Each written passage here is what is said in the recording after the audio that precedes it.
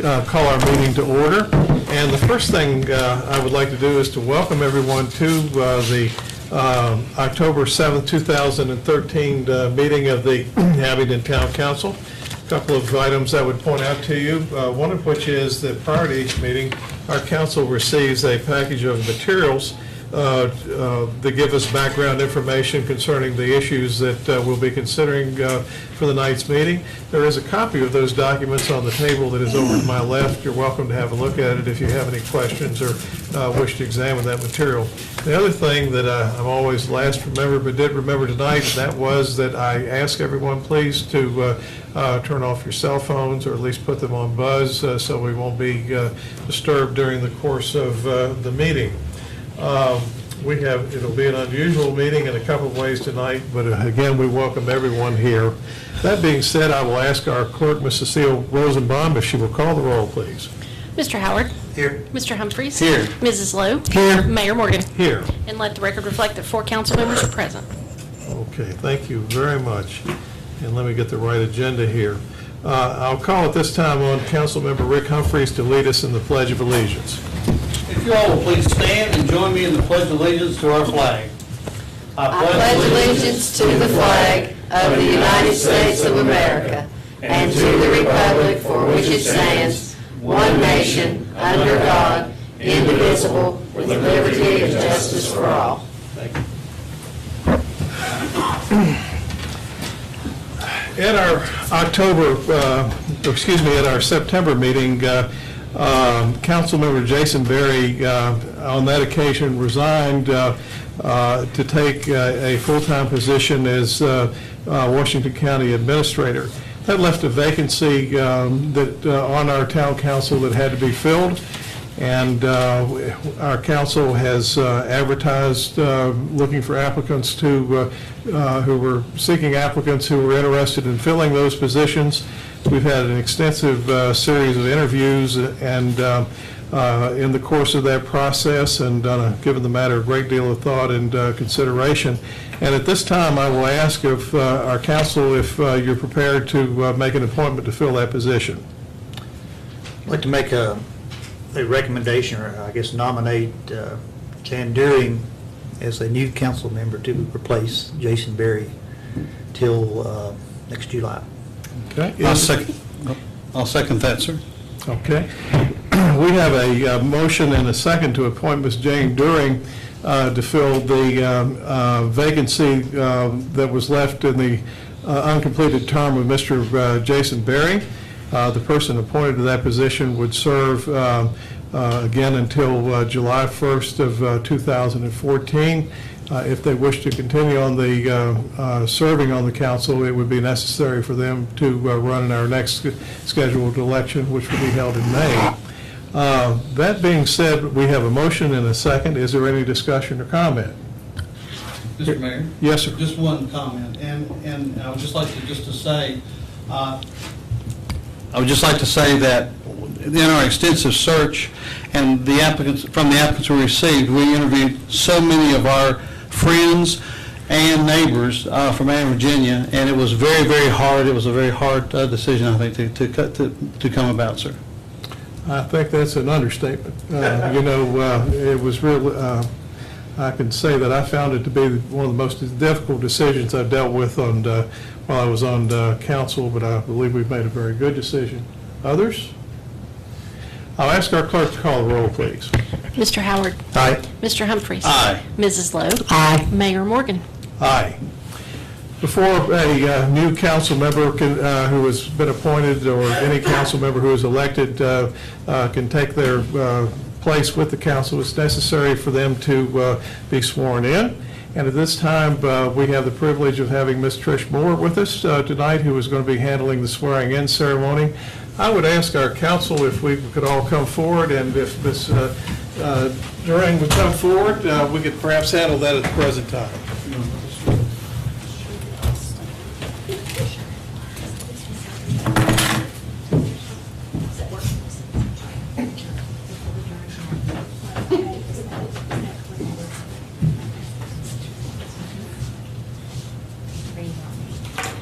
Okay, where would be the best spot for us to stand? All that your legal counsel. Oh, I okay. think, Now, let's all get sort of situated up here a little closer. We'll be- No, it's more of a question than an oath, so. You could say swear. That's good. Do you, Jane During, solemnly swear or affirm that you will support the Constitution of the United States and the Constitution and laws of the Commonwealth of Virginia, and that you will faithfully and impartially discharge and perform all duties incumbent upon you as interim member of the Abingdon, Virginia Town Council to the best of your ability, so help you God? I will. Congratulations. Thank you, Mayor. I don't have many tokens with me, but you should certainly get a.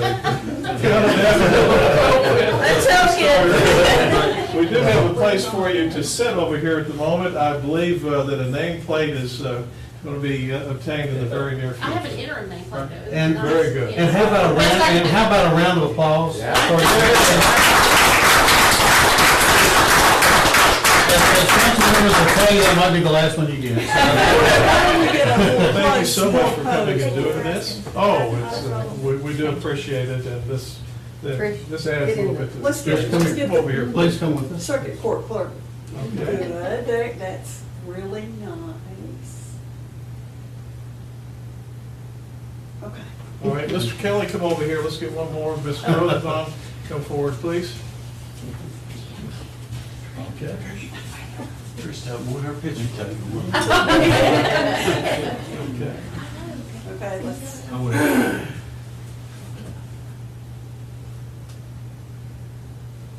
Today would be good. I've already got the three. All right. So moved. Okay. Call the roll. Thank you very much. All right. I'm gonna fix this too. That's What's what your- No one told us. Okay. No.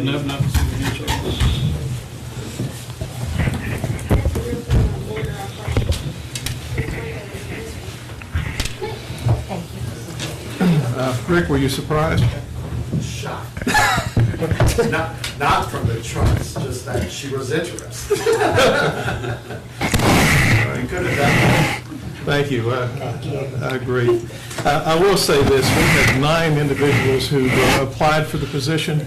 Any of the 9 could have handled this. It was an extraordinary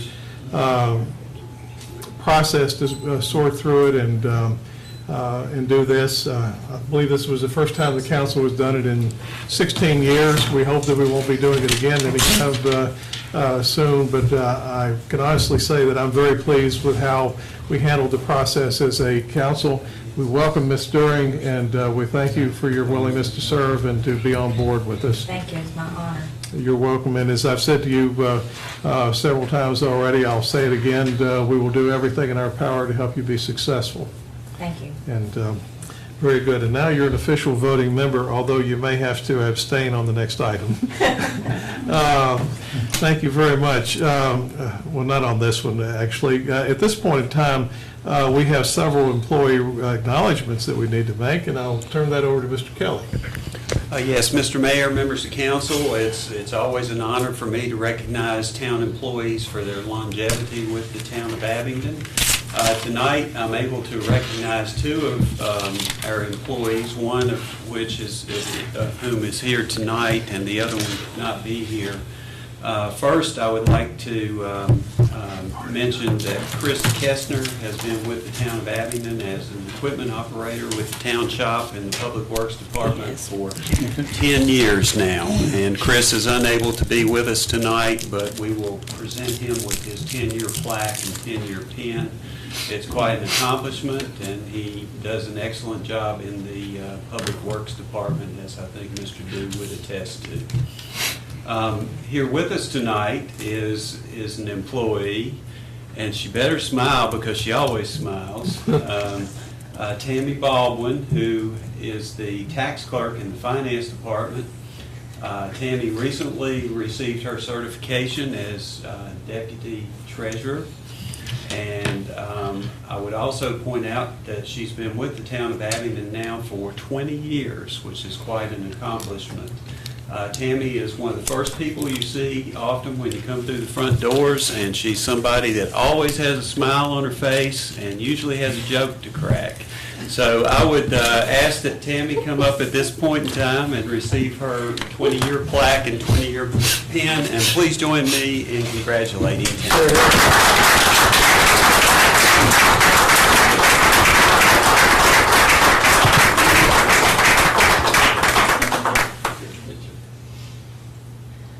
And don't forget what today Oh, is. yeah, come on over. Don't forget to mention what I'm today not, I'm is. not. I don't have. And it's not hump day. You will.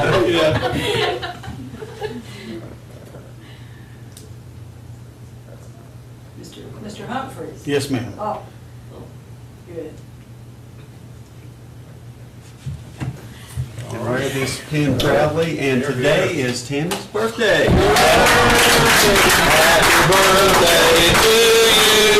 Happy birthday to you. Happy birthday, dear Tammy. Happy birthday to you. And many more. And thank you for your service. All right. Thanks, Anna. Okay. All right, council, we have two sets of minutes for our consideration. We have the September 3rd, 2013 regular meeting minutes, and then also the minutes from the September 18th, 2013 work session. Are there any corrections or additions that need to be noted to these minutes? Hearing none, I'll entertain a motion. I'll make a motion, we approve both sets. Okay. I'll second it. We have a motion and second to approve both sets as presented. Any comment? Hearing none, I'll ask our clerk to call the roll, please. Mrs. Deering. I abstain, I was not here. Mr. Howard. Aye. Mr. Humphries. Aye. Mrs. Lowe. Aye. And Mayor Morgan. Aye. Okay, thank you. We have no petitions this evening, or first reading of ordinances, or second reading of ordinances for that matter. No bids for our consideration, and that brings us to reports from the town manager. The first item we have this evening is presentation regarding the economic impact analysis study for the Barter Theater, and we're privileged to have Mr. Rick Rose, producing artistic director of the Barter Theater, here with us this evening. Come forward, please. I'm still stunned. Congratulations. I wondered if you sound different from this side of the desk. I know, it's going to be. I'm not used to you judging me in this manner. Well, maybe I should take that back. No. Congratulations. It's truly a good appointment. I realized how tough it was. So good for you guys. Good for you all. Mr. Mayor, council members, Vice Mayor, Mr. Kelly. I trust you have all received the economic impact study, so I'm going to do this briefly and just give you a quick rundown of some of the highlights of this and a few other things that in the PowerPoint presentation that you haven't seen. But we all know that barter's impact is pretty significant. I have to say the surprise of this study was that it was way more, what do I have to do? I have to actually, which one? Okay, thanks. That's asking a lot, you know. I have to say it was actually more of a surprise to us than it probably is to you. We thought that the impact would be significant. We found it to be way more significant than we ever thought it would be. You can see first that barter's income is now about $6.2 million, 77% of which is earned. And our attendance over the last 19 years, starting in 1992, before I came to barter, we were putting about just under 48,000 people through our doors. We are now putting, in general, over 160,000 people on an annual basis. That does not include non-barter programs that go through the doors of Barter Theater. That is strictly our in-house programs that are ticketed. We have a 70% return visit, which is pretty significant, and I think that very much matches what the town study had to say about visitors to Abingdon as well. And approximately just under 93,000 unique visitors every year. So that is also pretty significant. Just a quick look, if you look at the map of zip code analysis from the United States, you can see that they come from all of the United States, and this does not include our international visitors. We're about 4% international visitors. The vast majority of them, of course, come from the neighboring states of West Virginia, Kentucky, Tennessee, our largest, other than Virginia, and North Carolina. But the economic impact, which was conducted by Destination Services, which you all know, and we sent out 15,000 surveys, and response rate of 23%. If you're familiar with surveying, if you get back 4 to 6%, that's generally pretty good. 10% would be significant. 23% and over 3,800 respondents is more than most national surveys do. So it's a pretty good cross-section of information that we received. This is consistent. The study, you can see the total impact, and I'll talk about this $34 million in a minute. Total impact is over $34 million to the town of Abingdon and Washington County. This is consistent with town markets. You know, it keeps property taxes low.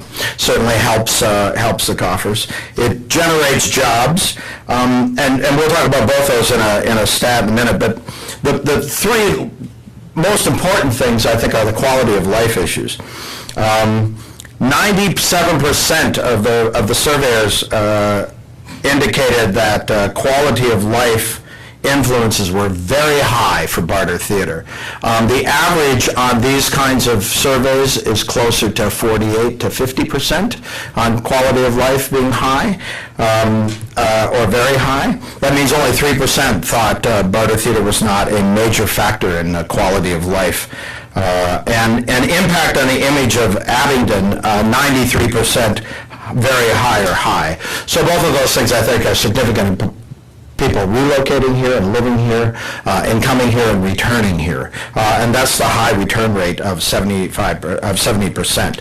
And 73% of the respondents said their reason for coming to Abingdon was to come to Barter Theater. So we can see that's a pretty significant driver to tourism in Abingdon.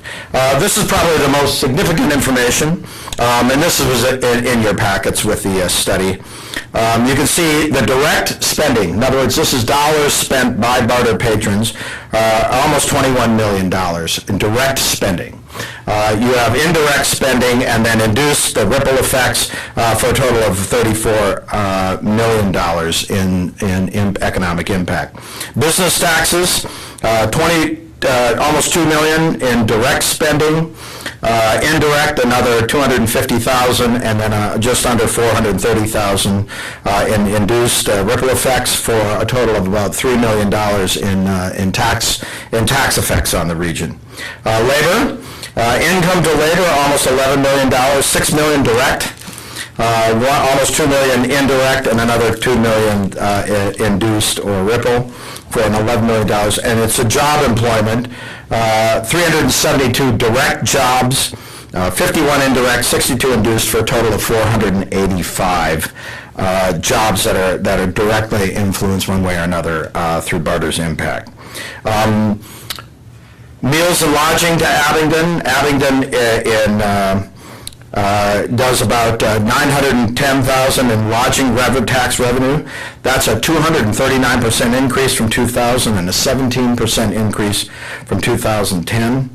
And about $2.77 million in meals tax revenue, which is a 139% increase from 2000 and a 4.5% increase from 2010.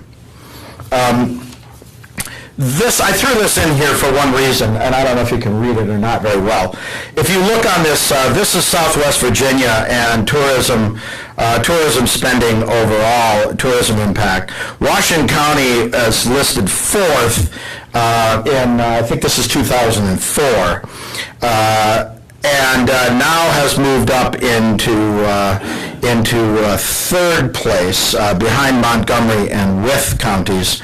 Wythe County obviously benefiting greatly from the intersection of 77 and 81. So if you consider consider that.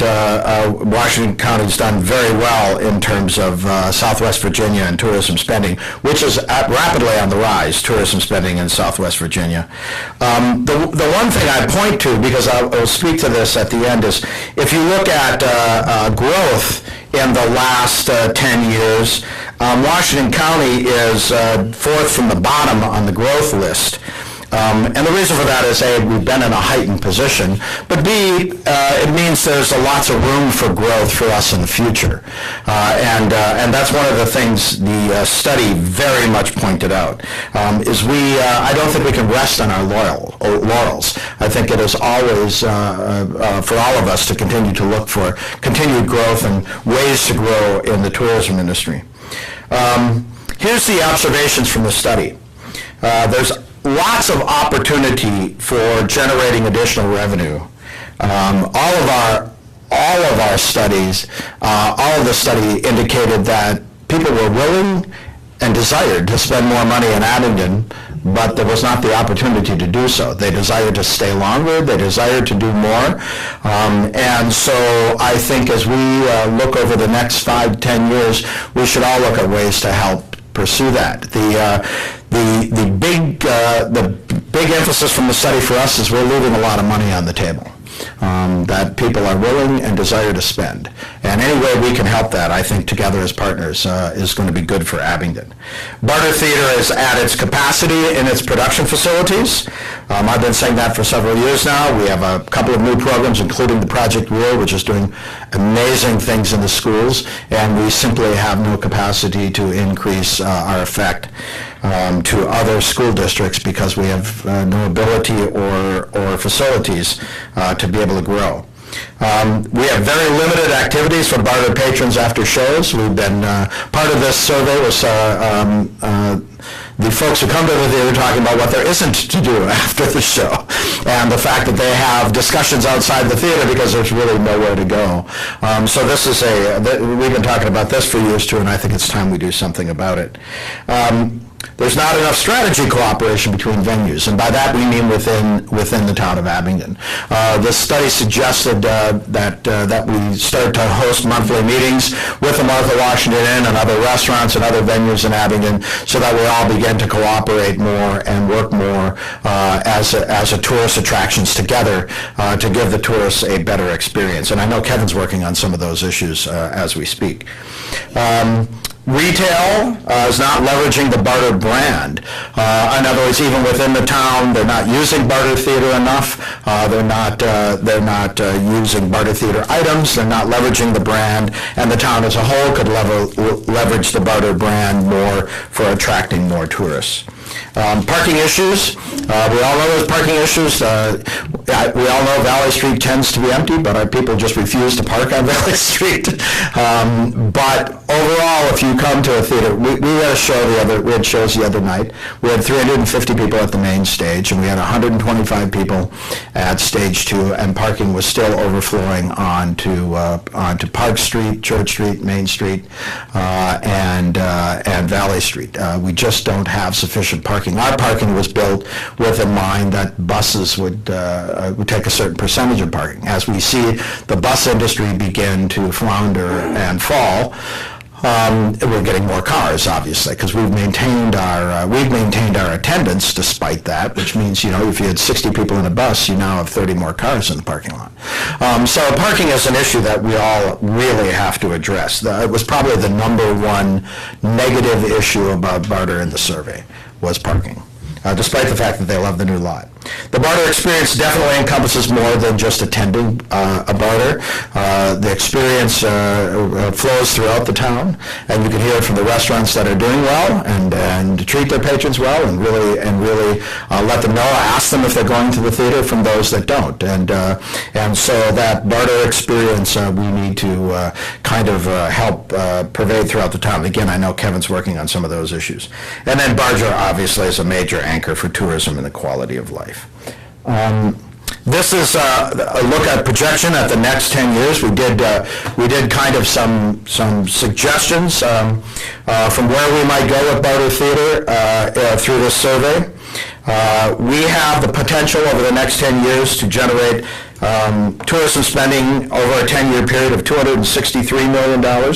We can have a job impact of over 6,000 jobs and worker paychecks of $139 million and federal, state, and local taxes of $40 million. Now, this is all dependent on some growth in barter and facilities. We've all been talking about a third theater for some time. We have to get our infrastructure in order to be able to do that because we do not have the capacity to run a third theater yet, although we're moving forward on that and we're making progress. There you go. That's the rough, that's the quick and dirty version. Any questions?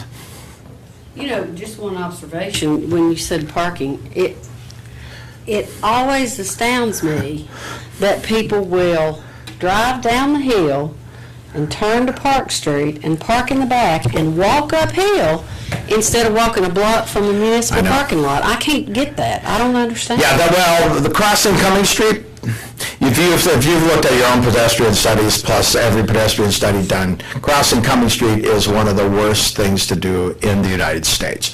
The time it takes for, this is true, the time it takes to cross Cumming Street on average is 4 to 6 minutes. The time it takes to cross Times Square, to cross 8th Street and 42nd Street, which is one of the busiest intersections in any urban city, is 2 minutes. And you don't have lights which make you feel secure. You can talk to any patron. They hate walking across Cumming Street. They just hate it. Well, I shouldn't have opened that can. no, I'm kind of glad you did. I mean, it's been a problem, and there are things. Talk to patrons in our lobby. They'll tell you exactly how they feel about those things. I mean, when they go to even the hardware to Bonfire or to Peppermill, they will take their cars rather than walk from Barter there and walk back. Because they just hate simply crossing that intersection. Well, Park Street does appreciate that overflow. Yes. And I'm sure 128 Pecan does, and now Figueroa's and some of I those think places. Park Street's the future of Abingdon, first of all, for retail, for developing. I mean, you all know it. You can see it happening. I think what you need is parking down there. I mean, I think you're going to need parking, and we're going to need parking. You wouldn't let me build a third theater without building more parking, and you shouldn't. I hate to hold you back on it. But by the same token, that raises an interesting question, and I know John Dew is back in here somewhere, and I'm sure he heard your comment. Sorry, John. I think he's under. I think he went underneath. Yeah, I think he ducked under. He heard that comment, I'm sure, and it presents an interesting possibilities that perhaps the time of the day and so forth, who knows, there might be some things that could be done there to help with that kind of a situation. And I see our chief of police back there as well, and we can all note that, and who knows, we might be able to find something there. But I'd be willing to make a bet that it won't be too long before you want to talk to us about other possibilities in Barter's future. It'll be shortly. Sooner rather than later. Well, Jane, that'll be your first at-home phone call. Yeah, Jane will be the first. Do we have questions of Mr. Rose at the present time? I would just say that I was particularly taken with the figure that you showed, that I believe you said your first year was 1992, was that correct? 1993 was my first year. What the hell year was it? 93 was, I came in 92. 93 was my first season. This is your 21st year. Yeah, if you look at, what is it, well. Come on. And what was that figure? It was 46,000 that came in? We doubled in the first year I was here. Yeah. One more. Come on. I don't have any other questions, Mr. Mayor, but I would like to just give Mr. Rose a round of applause for all of his hard work. Here, here.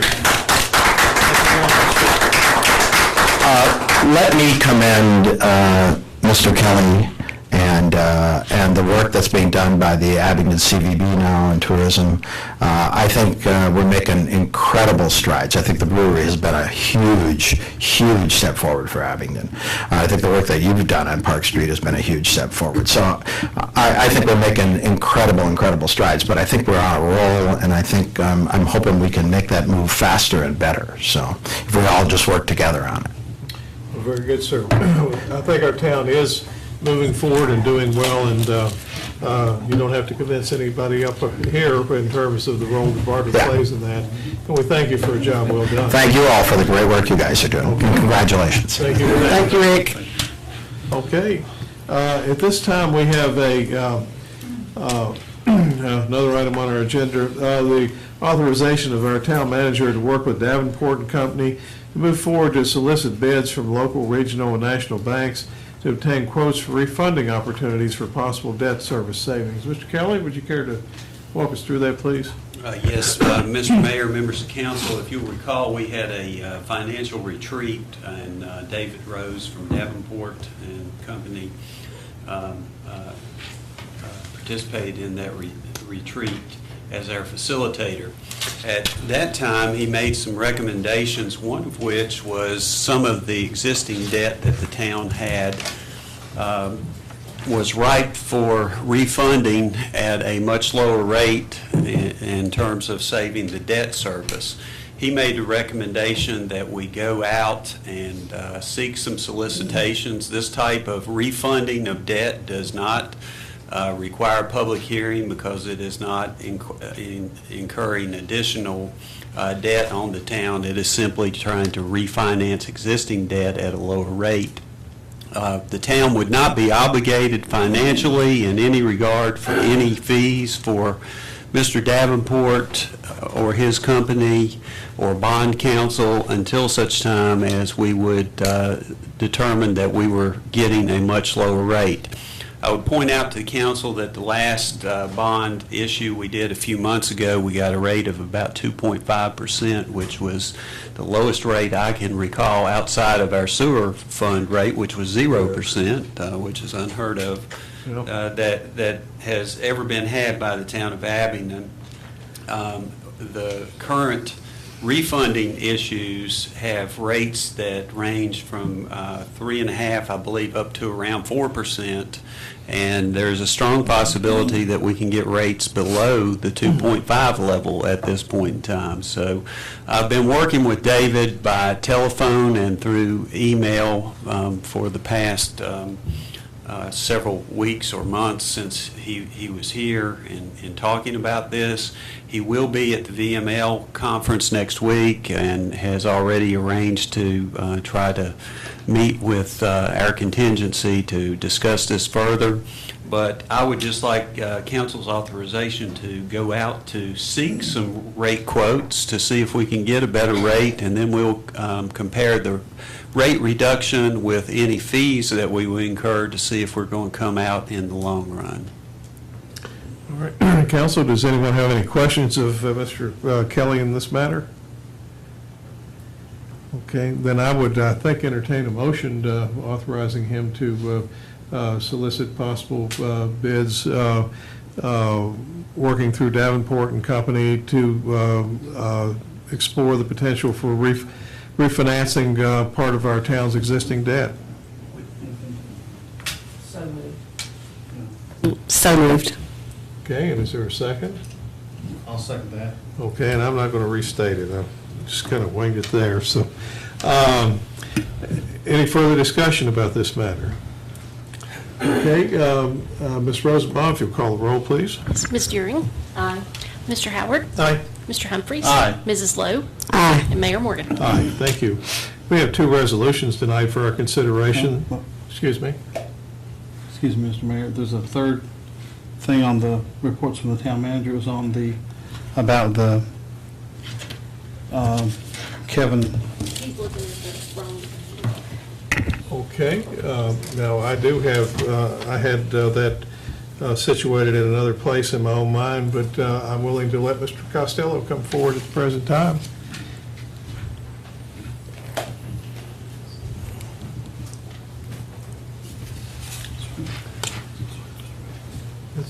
That's all right. Good evening. Mr. Rose has given us a bit of an update about how tourism is going in one segment of our town's attractions, the Barter Theater, and Mr. Kevin Costello is our director of our tourism department. And would you care to bring us up to speed on our new website? Sure, I think Floyd has put it up on the screen. Went live last week. We've been working on it for 2-3 months now, based on research, the research study we did. It definitely said that the Barter Theater is one of our key drivers to the community. So we've actually bought into the Barter brand, and our new tagline is "It's always playtime in Abingdon," which plays off the fact that people go to the plays at the Barter Theater, but there's also all these other great things to do in the town of Abingdon. So our new website, it makes use of what's called responsive design, which is a semi-new technology where you can look at the website on your computer, at your workstation, or at home, or look at it on your tablet, and it automatically realigns the layout so it doesn't look odd on your tablet, or you can look at it on your cell phone and it realigns. And so it's very user-friendly, because our research told us that people were doing, pre-looking and online ahead of time on their home computer, but when they get to the hotel, they're looking at information on their tablet, and then when they're walking on the streets, they're looking at their phone, so we're able to get them in all three places. One of the things that we have on the website that we did not have on the last tourism website is a booking agent, and then I've contracted with a company called Book Direct. And what it does is it picks up all of the inventories from our lodging partners who have hotels, motels, and bed and breakfasts that have online booking agents. And they can check rates online live, and when they're ready to make a transaction or book travel, they go out from that website to the lodging partners website, so they book directly with the hotel, thus keeping all of our tax dollars still in the community, because there are other software programs where they take advantage of certain taxation and we don't get those tax dollars, so I've worked with a specific software program to do that. We spent about 3 weeks putting together the video that's on there. It's always Playtime in Abingdon video, and we worked with the Barter on that, and actually had 3 Barter actors participate in the project. Nick and Wendy Piper and Virginia Pilliard, and then a local girl who didn't have much acting experience but pulled it off. And we went and followed this family around town to all of our key attractions, and we could play that. But we're pretty excited about it.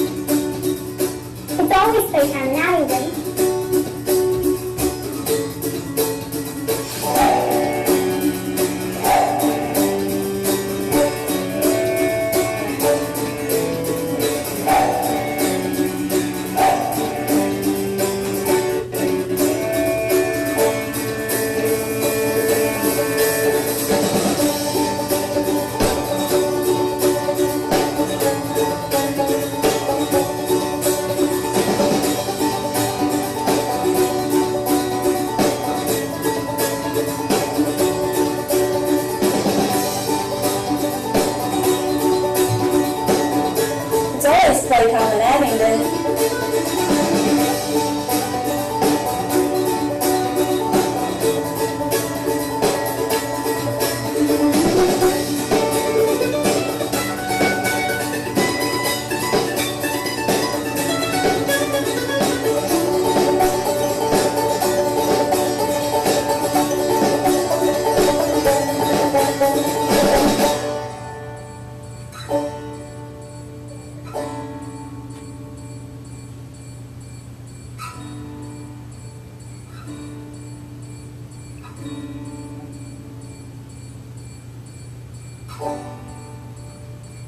It's always playtime in Abingdon.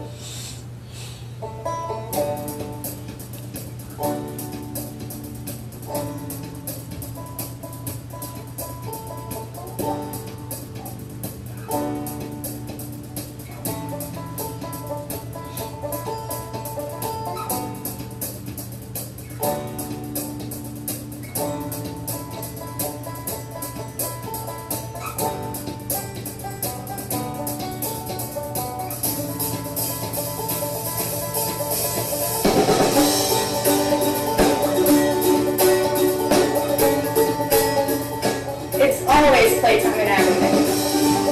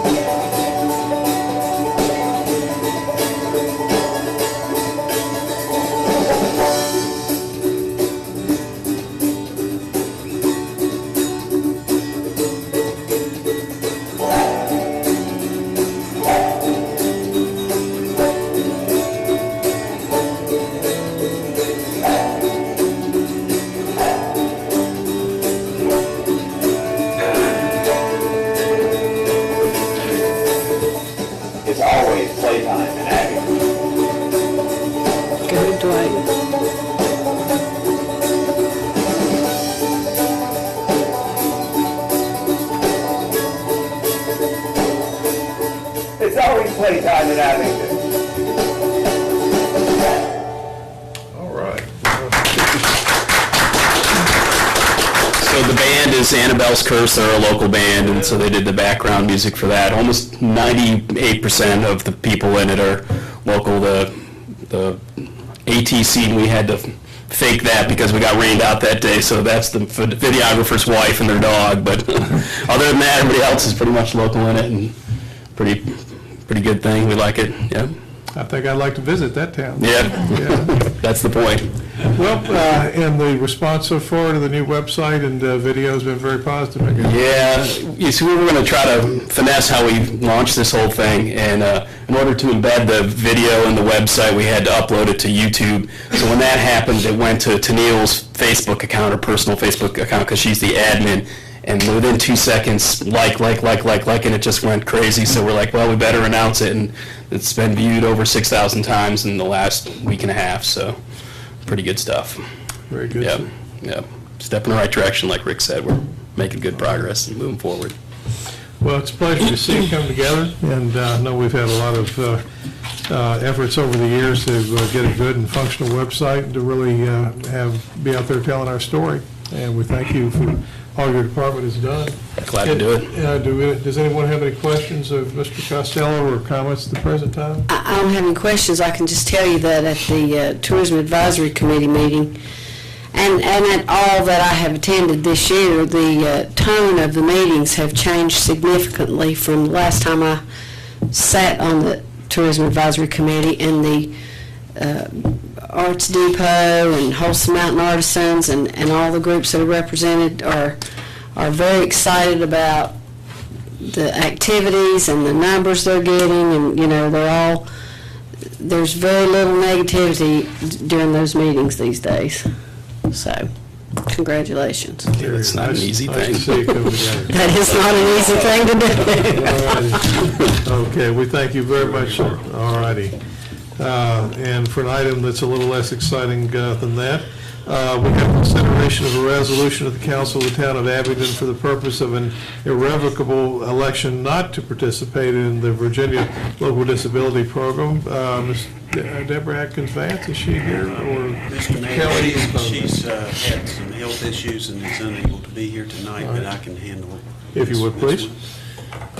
This is a new law that went into effect, the Virginia Local Disabilities Program, which basically imposed upon localities to either opt in to the VRS short-term disability program or to opt out and establish its own program that was equal or greater to the program that was set forth by VRS. The town of Abingdon, as the council is aware, has a short-term disability program that is already in place and actually exceeds the level of coverage that is created by VRS. And as such, we would make the recommendation, or I would make the recommendation that the town council opt out of this program. Ours is less costly and it provides better coverage for our employees. And we have to submit this, the deadline for submitting this is... Before the next meeting. Yeah, it's sometime... In early November. In early November before our next meeting. So that's why it's on tonight's agenda without any prior warning to the council. So this program is an insurance policy that has the prospect of going up, more than what the town employees' wages are. Whereas, and the only reason I know anything about this is because I've been reviewing it the last week or so. But apparently the town's program pays employees now, and it graduates down based on their wages. So the council, in effect, determines the pay increase annually. Whereas if you have to buy an insurance program, it might go up 8 or 10% in the coming year. So, the premiums, it looked like to me the premiums are almost have the potential to outpace what the town is currently doing. Well, Is that correct? Absolutely, and the existing program that we have in place has worked well. We've had no issues regarding that short-term disability program that we have in place. It's only had to been used a few times by employees, but it is a tremendous benefit. Other localities have actually patterned their short-term disability policies after hours. So I strongly recommend that the town adopt the resolution to opt out of the VRS VLDP program. Okay. Now, Mrs. Vice Mayor Lowe, I wasn't sure that I've completely, were you suggesting that we ought to? Oh, no, I was agreeing with Mr. Kelly. Okay. I'm sorry, I had a little No. trouble. No, I've been looking into this, for a week or so now, and as Mr. Kelly said, when an employee has to use this short-term disability, it is a little bit of an expense, but it's used rarely. So your cost is only when an employee uses it, whereas if you buy VRS disability insurance, you're going to pay a monthly or an annual premium that has the potential to, we've seen the health insurance premiums go up drastically. Virginia code mandates a 60% pay be given to an employee who's on their program. Ours already pays 66. Okay, very good.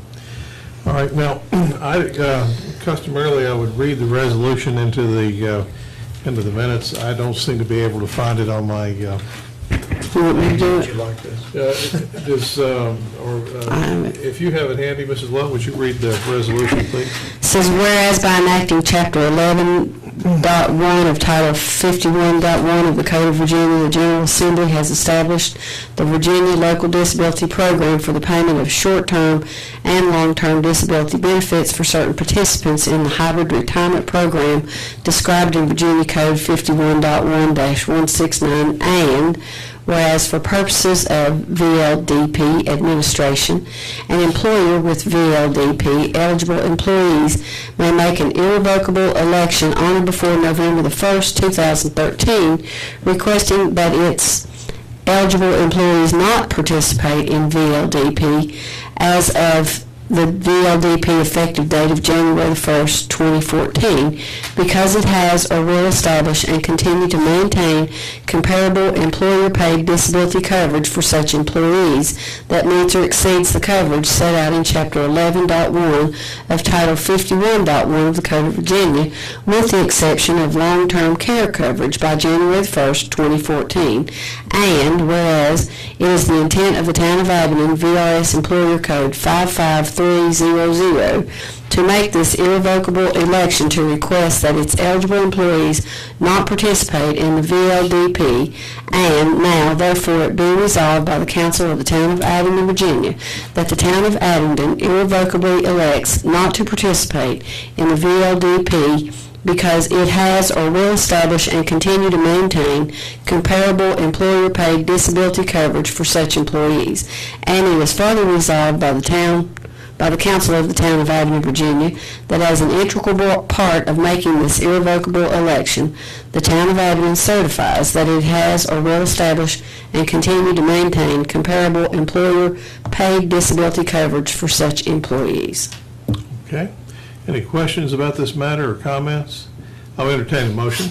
So, Mr. Mayor, I move that we adopt the resolution as presented. Okay, and a second? Okay, we have a motion and a second to adopt the resolution as presented. Any further comment? And again, the motion is that we will continue with our own program rather than participating in the program operated by the state of Virginia, primarily because our program has worked well and exceeds the minimum requirements that are offered through the state program. I'll ask our clerk to call the roll, please. Ms. Deering? Aye. Mr. Howard? Aye. Mr. Humphries? Aye. Mrs. Lowe? Aye. And Mayor Morgan? Aye. Okay, our next item is consideration of a resolution of the Council of the Town of Abingdon, Virginia, in support of a grant application to the United States Department of Agriculture Rural Development Branch to provide funding for a police vehicle and equipment purchase project. And I see Chief Sullivan is with us to talk to us about this tonight. Yes, sir, Mr. Mayor, members of council. About 4 years ago, in 2009, Councilman Moore mentioned that the USDA was giving away money. And I thought, well, that's a great thing. And so we had some discussion with USDA, and we submitted a grant application in the amount of $50,000. And they were very specific. They didn't want us buying property. They wanted it used for certain things, police vehicles being one of them. And we thought, well, that's a good way to supplant our fleet if we could. At the time, based on our population and the factors that they used to figure funding, we were declined. We received zero funding. And then pretty much out of the blue, a couple of weeks ago, we called Mr. Kelly and said, hey, we got $25,000 for you if you want it. It's half of what we asked for. But the only issue is we need to match $25,000. And in our budget line this year, we figured on replacing 2 cars anyway, so we had $50,000 budgeted. And I actually needed to buy an additional car for one of the investigators whose car is slowly dying a very long, hard death, and it's getting quite expensive. And so this will answer a need. It'll enable us to buy 3 cars as opposed to 2. And the match money that we need is already built into the budget. So based on the total cost of a new patrol car, and I left my glasses, I believe the number is $25,682.56. So basically for $700, we're going to get a new police car if you approve the resolution. All righty. Any questions of Chief Sullivan while he's here? And I believe Mr. Howard has that resolution handy. I do. Would you care to read it into the record, please? Do that. Resolution of the Council of the Town of Abingdon, Virginia, in support of a grant application to the United States Department of Agriculture and Rural Development to provide funding for a police vehicle and equipment purchase project. Whereas the Town of Abingdon Police Department has the opportunity to apply for grant funds through the United States Department of Agriculture and Rural Development to obtain funding for a police vehicle and equipment purchase project. And now therefore be it resolved by the Council of the Town of Abingdon that in order to facilitate obtaining financial assistance from the United States of America, United States Department of Agriculture, Rural Development, the government, to provide funding for a police vehicle and equipment purchase project, the council does hereby adopt and abide by the covenants contained in agreements, documents, and forms required by the government to be executed, and be it further resolved by the Council of Town of Abingdon, Virginia, that Gregory W. Kelly, Town Manager, is authorized to execute on behalf of the Town of Abingdon the above referenced agreements and execute such documents, including but not limited to debt instruments and security instruments that may be required in obtaining said financial assistance. Very good, sir. And I'd be willing to make, to bet that you're prepared to make that in the form of a motion. I'll second that, We sir. have a motion and a second to adopt the resolution as it was read into the record. Is there any further discussion? Hearing none, I'll ask our clerk to call the roll, please. Ms. Deering? Aye. Mr. Howard? Aye. Mr. Humphries? Aye. Mrs. Lowe? Aye. Mayor Morgan? Aye. Thank you very much. Thank sir. you. We appreciate it. This is contingent on the United States of America operating, is that right, sir? I'm willing to bet somebody has to be there to cut the check. Mr. Mayor, I Yes, might sir. also add that the representative from USDA indicated that we'd be eligible to apply for additional money in the upcoming year, so we intend to do that as well. Very good, sir. Well, we certainly hope that he'll be on the payroll again to receive the applications in the near future. So it doesn't take another 5 or 6 years to get it. Yeah. All right, very good, sir. And thank you all. It's a pleasure to see this move forward. Okay, now, we have several items. We've adjusted our agenda slightly this evening, but we have a couple of items that are not on the agenda, and then we'll take comments from the public here before the evening's over. I'll ask, I believe our Vice Mayor, Mrs. Lowe, has an item she wishes to bring to our attention this evening. Yes, sir. It came to my attention while reviewing some papers at the Virginia Highlands Small Business Incubator that the bylaws require the town to reappoint their appointees at the September council meeting. So I would like to ask that the council reappoint their appointees now, which the appointees for the town of Abingdon are French Moore Jr., President, Mike McCool, Kyle Macione, and Mike Spiegler, Vice President. And is that a motion that you're making? I don't believe I can, and I don't believe I should. They're my bosses. Okay, well, we'll probably put that in the proper light. Council, does someone wish to make? Yes, I'll make that motion. I'll make that motion, Mr. Mayor. All right. And is there a second? Second. Oh, our first action here to go into the minutes. We have the breakthrough here. There we go. All right, we have a motion and a second to reappoint the representatives, for the town's representatives to the Virginia Highlands Business Incubator Board. Any further discussion? I have one question. Yes, ma'am. Are these terms set forth as 1 year? Okay, so it is. The bylaws stipulate that Washington County, who did theirs last board meeting, and the town of Abingdon both appoint and or reappoint their sitting members annually on September 1st. Okay, so this will be retroactive to September 1st? Could we amend, yes, could we amend the motion to say retroactive? Okay, we have amended the motion in the second to make it retroactive to September 1st. Okay, any further discussion? Hearing none, if Ms. Rosenbaum, if you call the roll, please. Ms. Deering? Aye. Mr. Howard? Aye. Mr. Humphries? Aye. Mrs. Lowe? Abstain. And Mayor Moore? Aye, thank you. All righty, and there were several items that our council had requested an update on. I believe Mr. Dew is hiding back there.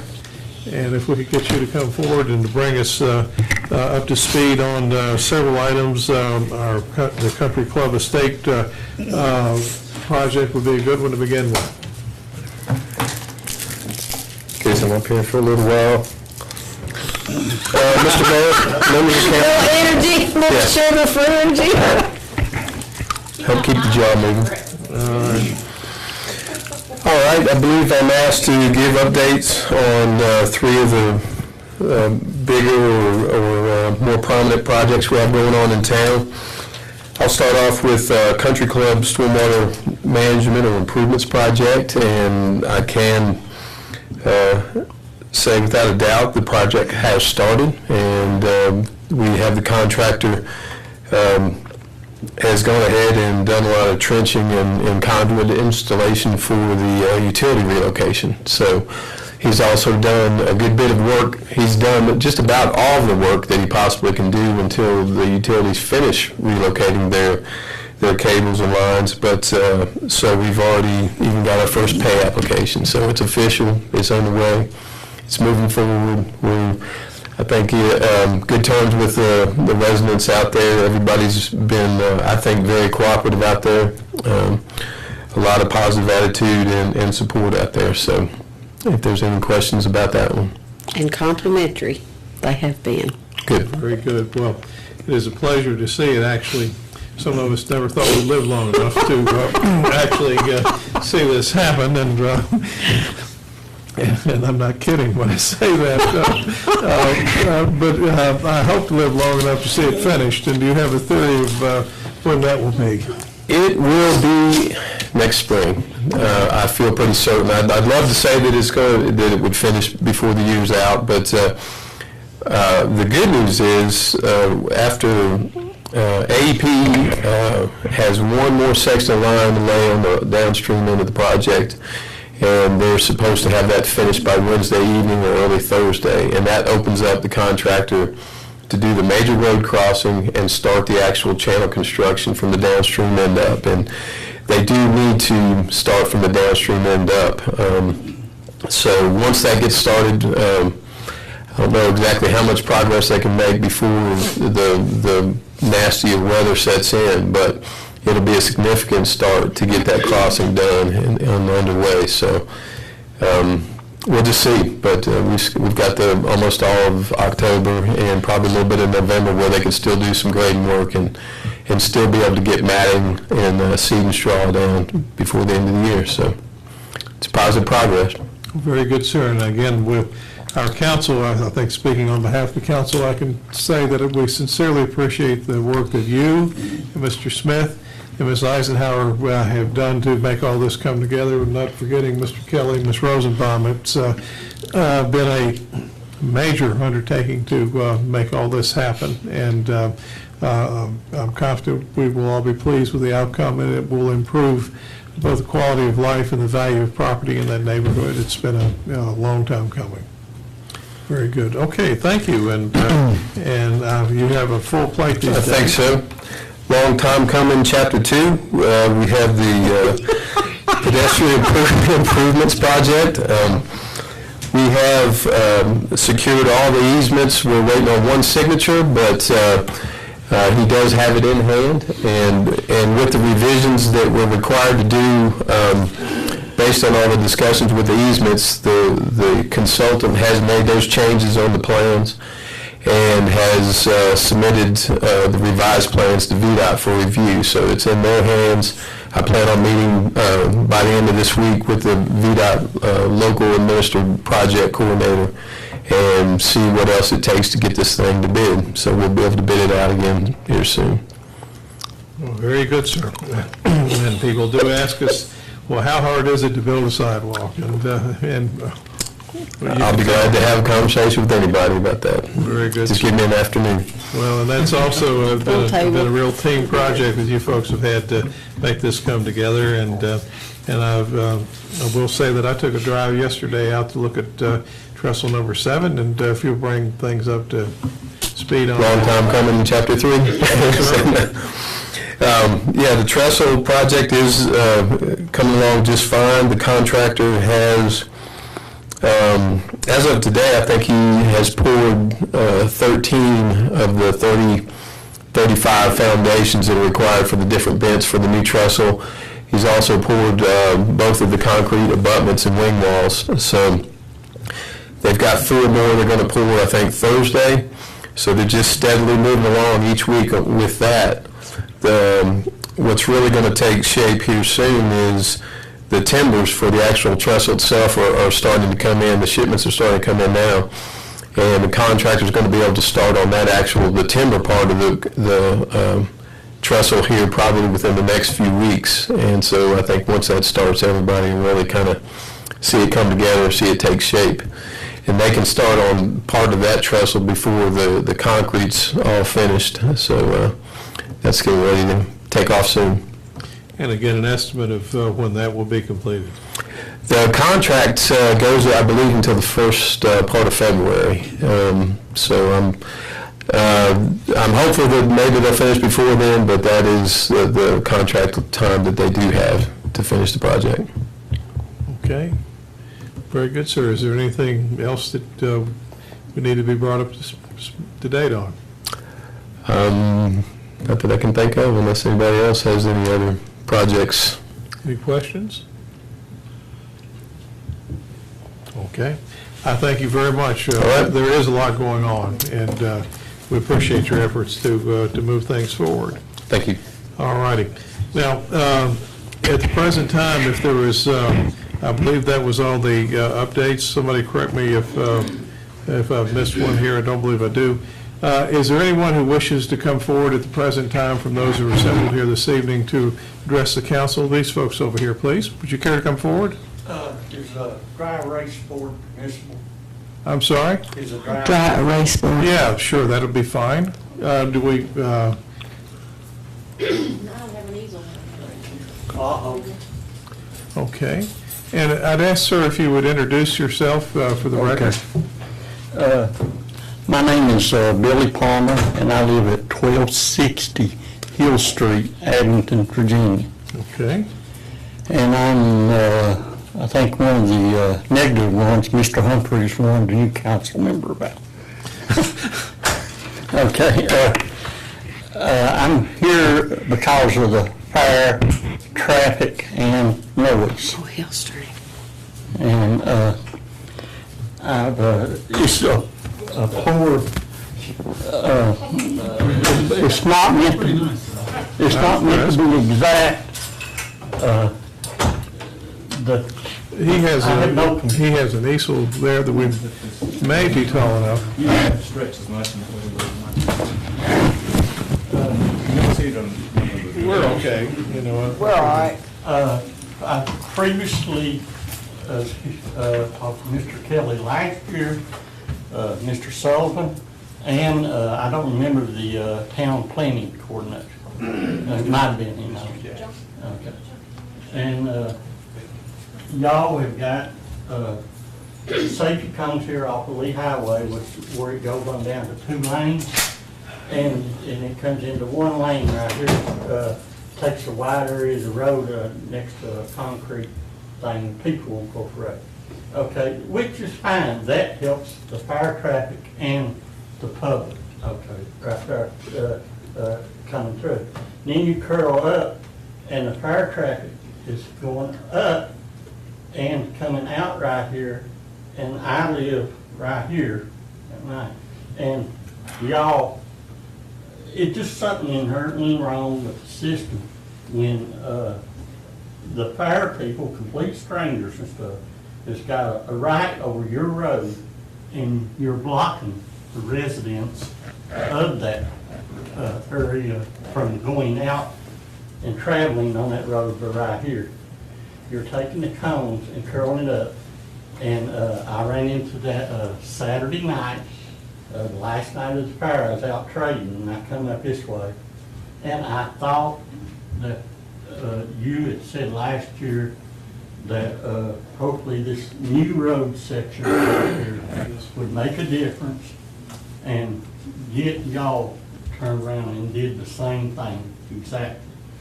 And there is 3 kids at this house, and 2 kids right there at that house, real young ones. There's a couple of elderly people, stuff, and yet y'all chose to route basically all that fire traffic out through this road again. Very little come out this new road, very little.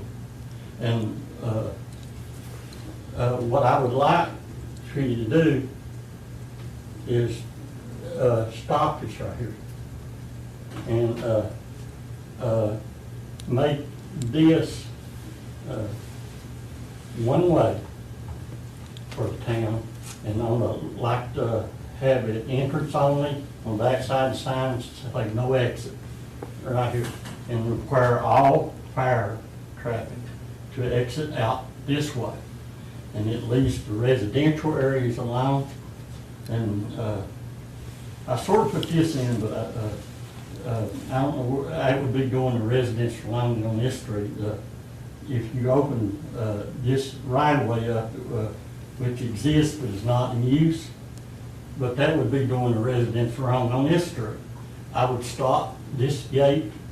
They have a fire person right here on the street directing traffic. And then they also have one right here directed into the fire grounds right here. And we have 3 law cars Saturday night sitting down here on their butts, one out in lawn chair. And this is the church across Lee Highway, right there at the driveway. Okay. And the feedback, basically, from what I can gather, y'all are getting is coming from the officers itself. Okay. And the officers previously had been stationed right here and right here on Lee Highway and stuff. And naturally, you're going to get a good feedback from somebody that's not standing out in the rain or throwing a lighted baton around, and then sitting over here in your cars. And I'm thinking the feedback y'all are getting is false, that everything is not going good. The traffic will literally back up here sometimes, and we have trouble if we come up this way of turning and going down in our driveway. And I would, it seems like you could inconvenience the fire people, which it really is the root cause of all the trouble. Or you could inconvenience the law, requiring them to stand out there and help them direct the traffic and not having them cones there. Or you could inconvenience the little people, the residents, and that's exactly what you do. you chose to inconvenience the residents of this. And the constructive criticism I've got is to not let this gate be used for traffic stop. Make this entrance only, even all year round. There's an exit over here. And maybe, I don't know where you would ever want to spend the money to open that right away up or not. But this little section of road right here, I think you had mentioned something to me like they had 300,000. They had the 250,000 grant and they already had 50,000. It's hard, it's amazing what things cost. And then it's not being used. They did use it, but very, very little. It wasn't no official. They should have, out here in the fairgrounds, they got different roads and everything coming up through here and down from up high and stuff. They should have signs on their own grounds directing traffic and stuff. See, I think we gain, this is, the fairgrounds is Gathering County, and it's not in the town. Okay. But it inconvenienced the town and the town's residents greatly. And there's very little, probably disposable income a lot of the residents have. And what goes to the fair goes generally outside the area, concert and the amusement park people and stuff. And if they take that disposable income and maybe use it at our restaurants or at the movie theater or something, in other words, we are gaining no real benefit from that fairground and causing a lot of trouble. And I thought spending $300,000 over here would correct that issue. And I just don't think, these are young kids now. And you're talking hundreds and hundreds of cars. Well, Mr. Palmer, could we let Mr. Kelly perhaps make a comment or two? Yeah. Yes, I will, and I'm probably going to ask Chief Sullivan to participate a little bit as well. But the new road that was constructed is something that the fairgrounds came around to construct. They did not construct it up to town standards for a regular street, so we allowed it to be created for basically a one-way situation. I did have the conversation with you last year that I recognized the problem and didn't realize that the problem existed this year until you had called Ms. Rosenbaum a couple of weeks ago. But Chief Sullivan, I know, has made recommendations to the fair folks on various routes that are better than the routes that they have been running, and I believe one of them, and Tony, if you don't mind, if you'll jump in, but one of them is actually not to bring traffic out that way, but to bring traffic in that way. And you touched on a bunch of issues, and about 99% of everything that you said, we asked them to do. And you're exactly right. We're sort of over a barrel on this thing because the fairgrounds itself is in the county and it is operated by private people. All we can try to do is make it better, and our primary goal is to not get traffic backed up on the interstate. And that is our primary goal in this. That's why when you see us go through there and put cones out there, is to keep traffic flowing. And that way, an officer doesn't have to stand there, because experience has shown us when an officer stands there, people stop. If people stop, traffic backs up. If they keep going, now we can only put them in as fast as they can park them. This year, one of the first suggestions we made, since we had that new improved road, one of the first suggestions we made at the meeting was we asked the folks at the fair to switch the entry and exit. Have everybody enter that new road and have everybody exit this way. Because part of the problem in the fairgrounds is people drive up that old road, they get up to the top, and they want to stop and let people out at the ticket booth, which is right there at the top of the hill. That stops traffic. And then people are crossing the street to get to the ticket booth. So we looked at it. Actually, John was in on the meeting also because he knows more about traffic than I do. We said, reverse the route. That way people are coming all the way from, and they're not having to stop to let people cross in front of them at that ticket booth. And if they did that, it would not impact Hill Street at all. Sir, I've never been in nothing like this in my life, and I don't even like men. And, but it's just like I felt like that we are getting walked on, and it's all right to be good neighbors, all right. But when it all goes one way, smacking you, and nothing that, I mean, Can I ask a question? Can I just ask a question? Does the town own those two roads? That's the question I have. right there. Yeah, and it's pretty much the same way over here to where Rattler Street is.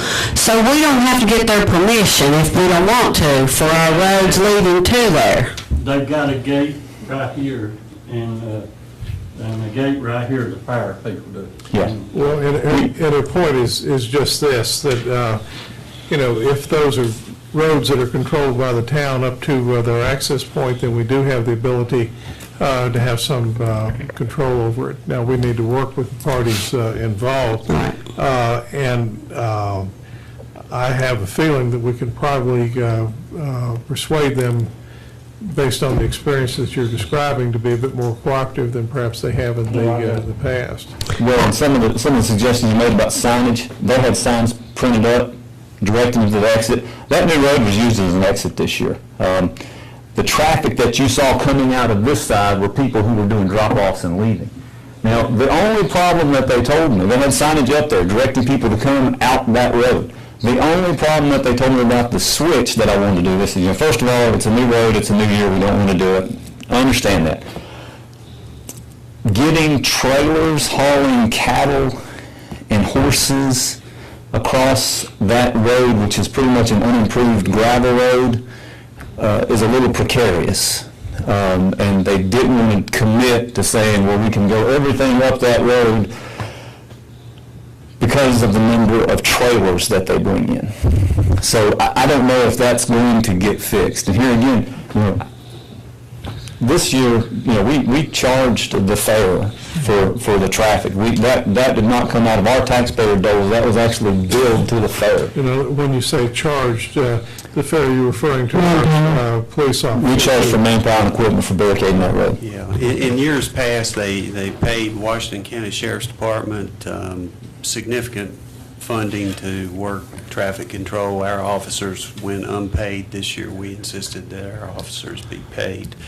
What I would propose and what I would suggest is that we are scheduling some meetings with the fair folks. This is like some other events that we've had some issues with throughout the year. We're going to sit down with them and try to prove to them that what Chief Sullivan and Mr. Dew have recommended is the better way to do it. And we do have, and if you don't mind, we can certainly use you as the example of why it needs to be done this way, because you are a tax-paying citizen that lives in this neighborhood that has been inconvenienced by both the traffic and the noise from the fair. And I'm happy to sit down with the leaders of the Washington County Fair. I know Chief Sullivan and John always, they talk to these folks on a regular basis each year. Perhaps we'll include a council member or two in the discussions to bolster the need to do something better to accommodate the residents up there. But I do want you to know, sir, that I legitimately, when I told you last year that I didn't foresee you would have a problem this year, I really didn't foresee you were going to have that problem, and I do apologize that you had the problem. We're going to do something to try to help accommodate and eliminate the problem in the future. And I'm happy to include you in those discussions if you'd like to be included. See, I work evening shift, and it's a strain on me to. It's usually during the daytime when you all meet. It's usually during the daytime when they meet. If I can, I would be glad to participate. All I want is a solid. I don't want to be here. And you said consult with and work with them, Mayor. They're, I guess, talking about the fire people. Yeah. Where was your consultation and your work with the residents on that street? Y'all just dished us. Yeah, well, your point is well taken. You know, it really is, and typically we would have discussions, with the parties involved. But you've brought this to our attention. You've got our attention. That's all I can say here at this point. And Mr. Kelly is indicating that he wants your input, in terms of how we address this, and try to make it a reasonable thing for the parties that are affected by it. I mean, it's supposed to be the fair is something that is looked forward to by most people every year.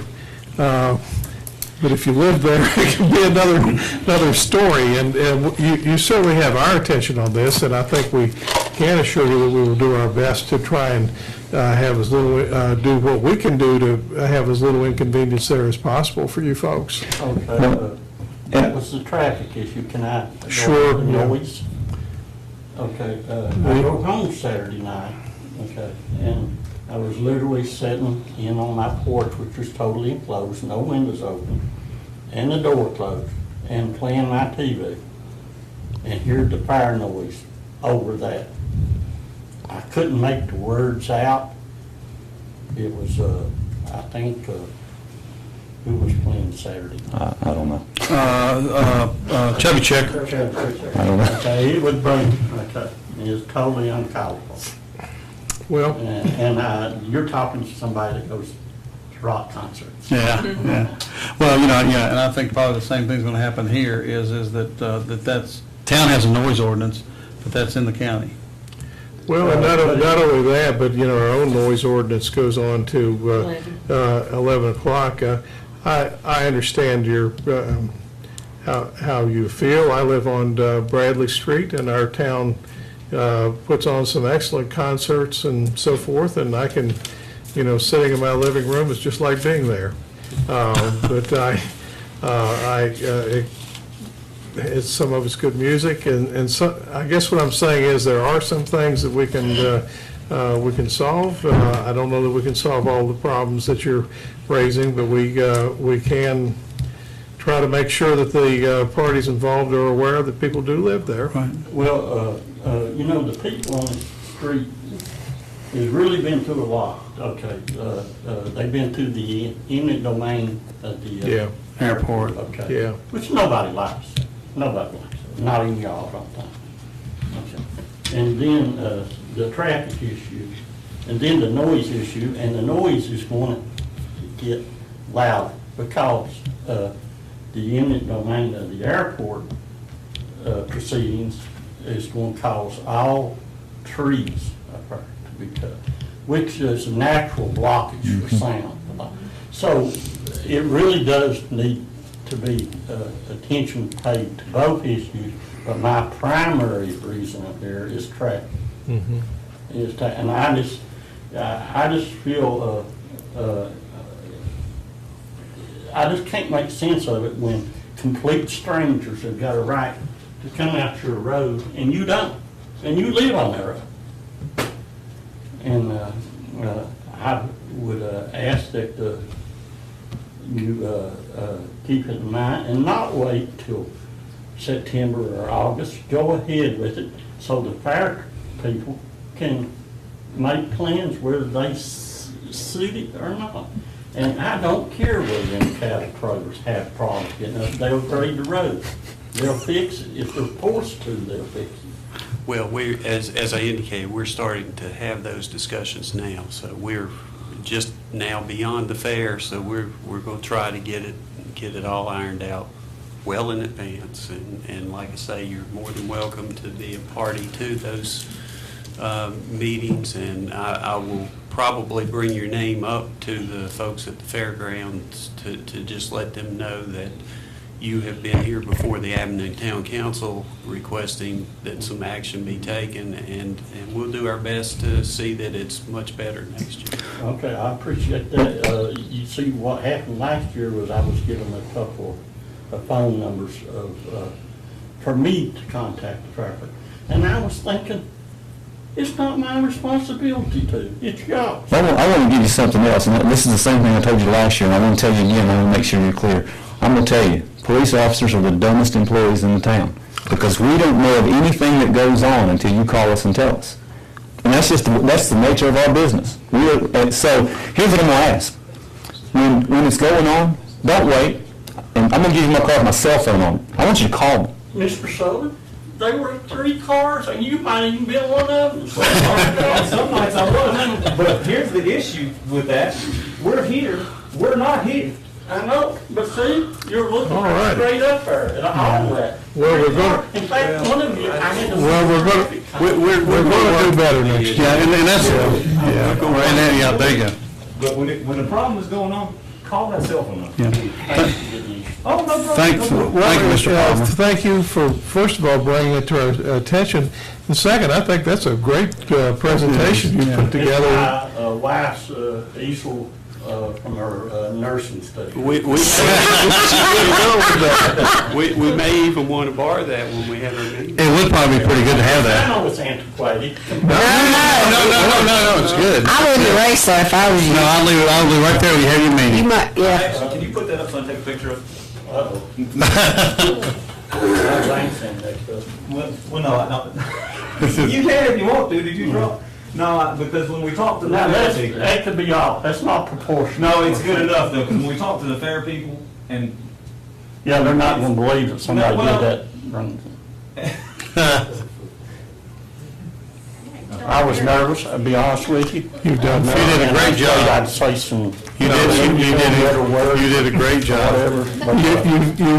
you've committed yourself very well this You evening. did, very well. And we Thank you. Thank Mr. you for Palmer. coming. Appreciate Thank it. you. All righty. Okay, now, I'm willing to bet there may be another party or two that wishes to address the council. Come forward, sir.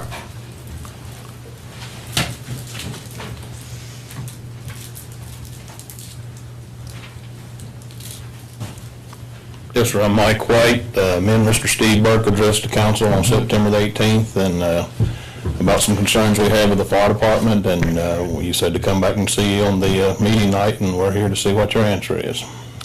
Very good, sir. We've had a opportunity to have a bit of discussion regarding the situation, and there will be 2 representatives from the council, myself and Vice Mayor Lowe, that will be looking to arrange a meeting with the leadership of the fire department to talk with them about a variety of issues and how they wish to move forward. We have been in consultation with our town attorney. The reality of it is that we have really very little control over the internal operations of the department.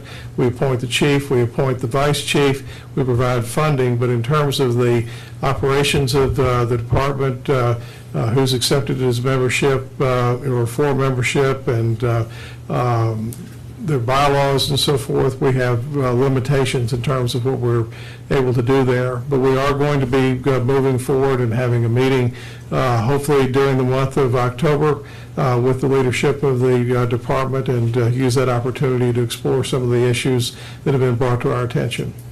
And is someone going to get back with me, or what am I going to find out, or we need to, how's this going to be communicated with me and Mr. Burke? I will get back with you personally after we have the meeting. I can't promise you, any particular result or outcome, but I can tell you that we will be discussing with the leadership of the department a number of the issues that have been raised to us, and that's really about all I can say about it at the moment. All right. Would you like my number to get back with? Yes, sir, that would be fine if you have it handy. Yes.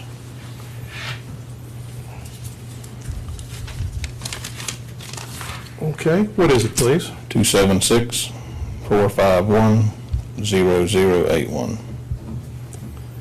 Okay, we do not have a specific time set up yet for this meeting. We've determined that we do wish to have the meeting. Can't promise you exactly when that will be or when, I'll get back with you, but I hope it will be shortly right after that meeting. Thank you for your time. Okay, thank you. Is there anyone else who wishes to address the council tonight on an issue that's not on the agenda? Okay. We have a series of appointments for our consideration this evening, and Council, are we in a position to where we wish to make some of these appointments tonight, or do we need to go into executive session to discuss appointments? What's your pleasure, please? Mr. Mayor, how would you propose to handle these? There's things like the Fairview Committee, I think that we can handle without going into a closed session. Mm-hmm. And then from there on, I don't know what you wish to do.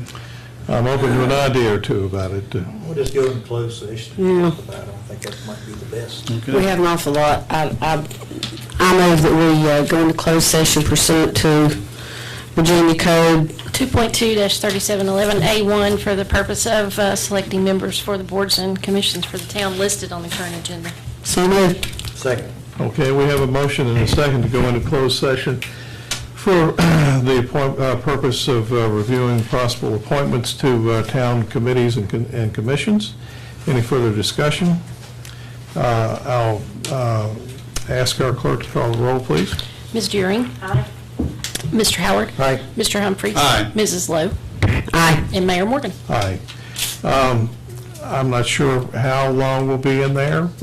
Hopefully we'll be out before midnight, but beyond that I really can't say, but I would point out before we go that there are a series of events coming up within the town of Abingdon that I would like to encourage people to keep in mind. 11th and 12th, we have Artisans on the Lawn at the Martha Washington Hotel and Spa. On the 13th through the 16th, several representatives of our council will be attending the annual Virginia Municipal League Conference in Arlington, Virginia. On the 15th, we'll have the Taste of the Town Trolley Tour. The 18th and 19th, there will be Artisans on the Lawn again at the Martha Washington. Our Sleepy Hollow event will take place at the Coombs Recreation Center on Saturday, October the 19th from 5 until 8 p.m. The October 19th Squashtoberfest will be held at the Abingdon Farmers Market. I encourage everybody to attend that. The mayor's prize for the largest pumpkin will be awarded at that time, and the prize is $1 a pound up to 1,000 pounds. Nobody's come close to making a dent in that over the last few years. There's got to be a great pumpkin out there somewhere, or at least a pretty darn good one. The 26th and 31st and December 1st and 2nd, Holston Mountain Artisans will be holding the first annual Haunted Jail. They are now the owner of both the old sheriff's building and the jail, and the Mistletoe Market will be held the 1st and 3rd at Southwest Virginia Higher Education Center. Any other things to be noted at the moment before we go into closed session? Thank you. Council, do we need to have a recess, or are we in a position to move straight in? I'm sorry? The dates are wrong on Mistletoe Market. Thank you, Martha. What is it, please? It's the setup Thursday night, the 7th through Sunday the 10th. Okay, so we had it about a week early. Thank you very much. Very good. Anything else? Okay, do we need to take a break, Council, or are you ready to move in? I could use some water. Okay, we will have a five. All right, is there a second? Second. All right, if the clerk will call the roll, please. Yes, and I'm going to amend that motion to say back into regular session, if that would be all right. Thank you, that would be grand. Okay. Roll call, Mrs. please. Deering? Mr. Howard? Mr. Howard? Yeah, no. No, you're answering back to the session. All Yeah, right. just say aye. Aye. Okay, Mr. Humphries? Aye. And Mrs. Lowe? Aye. Mayor Morgan? Aye. Okay, and if you would read the appropriate certification, please. Whereas the council of the town of Abingdon, Virginia has convened in a closed meeting on this day pursuant to an affirmative recorded vote and in accordance with the provisions set forth in the Virginia Freedom of Information Act. Whereas 2.2-3712D of the Code of Virginia, 1950 as amended, requires a certification by the town council that such closed meeting was conducted in conformity with Virginia law.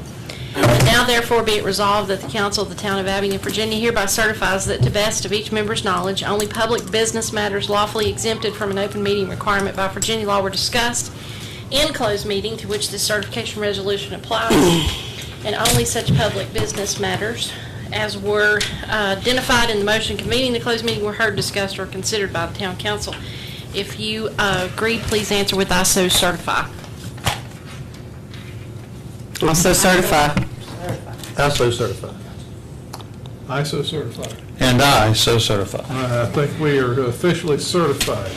All right, council, we have a number of appointments to make for positions that we indicated that were opening a little bit earlier, or open a little bit earlier. The first one is the Abingdon Tree Commission. I would entertain a nomination, please. On the members for the Abingdon Tree Commission, I'd like to nominate Nico Leidig to replace Larry Browning. Is there a second? Second.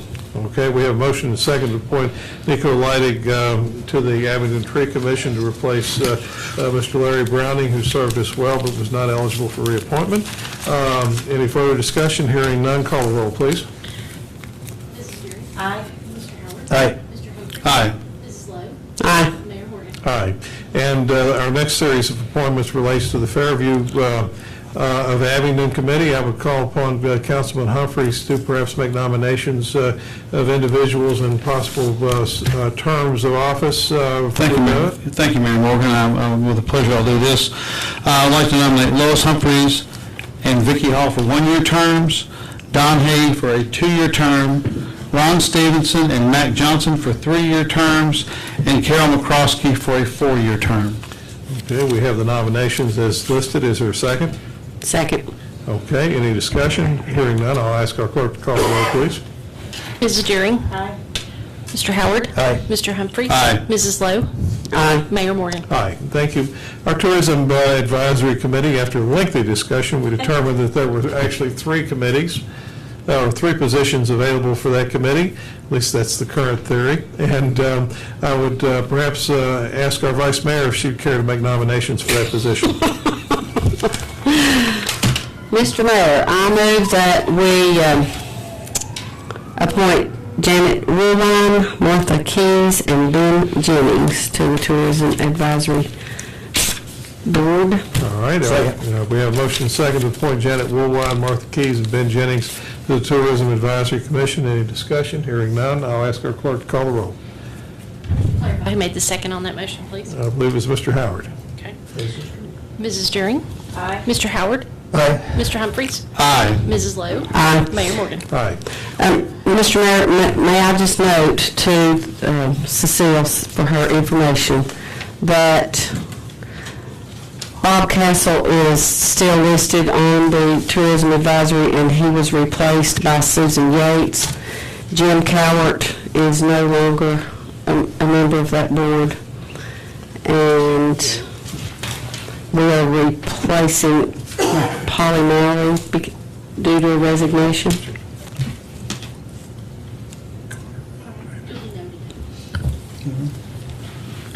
I think the theory is you might make that nomination. That's what that's for you, for the next one, James. Okay. All right, we have several positions available for the Sinking Spring Cemetery Committee. Perhaps Mr. Howard might want to make a nomination there. Good grief, I don't remember who it was. I've got it. I've got it right here. All right, we'll let you handle that. Okay, I'd like to place a nomination James Hagee, Al Bradley, and Wayne Miller. I'll second that. All right, we have a motion and a second to nominate Mr. James Hagee, Al Bradley, and Wayne Miller to terms on the Sinking Spring Cemetery Commission. Any discussion? Ms. Rosenbaum, if you call the roll, please. Mrs. Deering? Aye. Mr. Howard? Aye. Mr. Humphreys? Aye. Mrs. Lowe? Aye. Mayor Morgan? Aye. Mayor Morgan, number 4. I'm sorry? Number 4, you missed the redevelopment. I did, excuse me. We also had an opening available on the Redevelopment and Housing Authority Board. Would someone care to make a nomination for that? Yes, I would. I'd like to nominate Vicki Hall. Okay. Second. All right, we have a motion and a second to nominate Vicki Hall to the Abingdon Redevelopment and Housing Authority Board. Any discussion? Hearing none, Ms. Rosenbaum, please. Ms. Deering? Aye. Mr. Howard? Aye. Mr. Humphreys? Aye. Mrs. Lowe? Aye. Mayor Morgan? Aye. And it's also necessary to make an appointment to of a council member to serve on the Recreation Advisory Commission to replace Dr. Fresh Moore, who served us ably, but is not eligible for reappointment. Nomination, please. So give me great honor to nominate Bob Howard.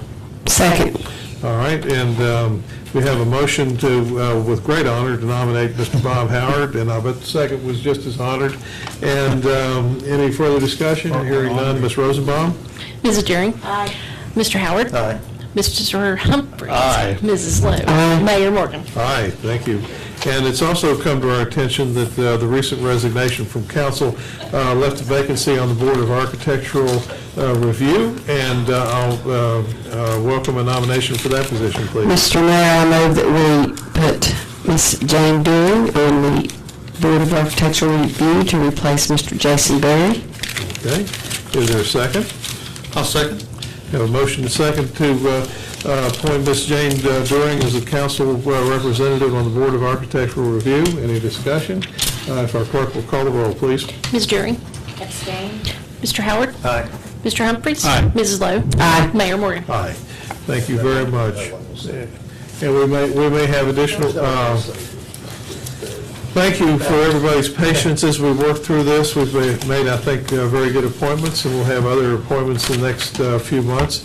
At this time, I would ask council members if they have anything to report this evening. I do. All right. It is with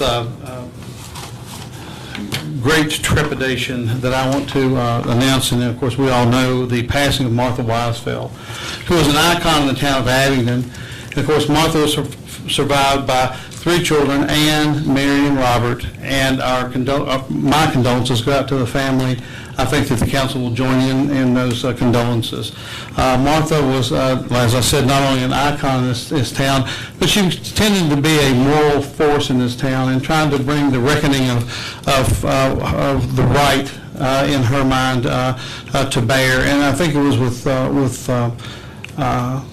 there's not very many people that we're going to miss like we have Martha, one of those great Depression era people. So then that's all I have. That's all I have. I share your comments. I think she was added a great deal of life, color, and character to our town, and will be missed. There's no doubt about it. And really contributed a lot in many ways to the town over the years. Resolution be proper? I think it might be appropriate. It would. Yeah. I think that would be appropriate. Could we ask our staff to prepare one for our November meeting, please? Yeah, we may need some help with gathering some information. So It was a big, long obituary. Yes, there's an obituary in the paper. I think you can lean enough to do a couple of resolutions. Yeah. Okay. All righty. Anything else, sir? May I inquire if you would like to have the family members present? I think that would be an excellent idea. I think they should be invited. I think that both, I don't know about Mary now, she used to live on Old Salt Works Road. Robert might be available, and lives out of town, so. Yeah. That's everything I have, Mr. Mayor. Okay. Vice Mayor Lowe.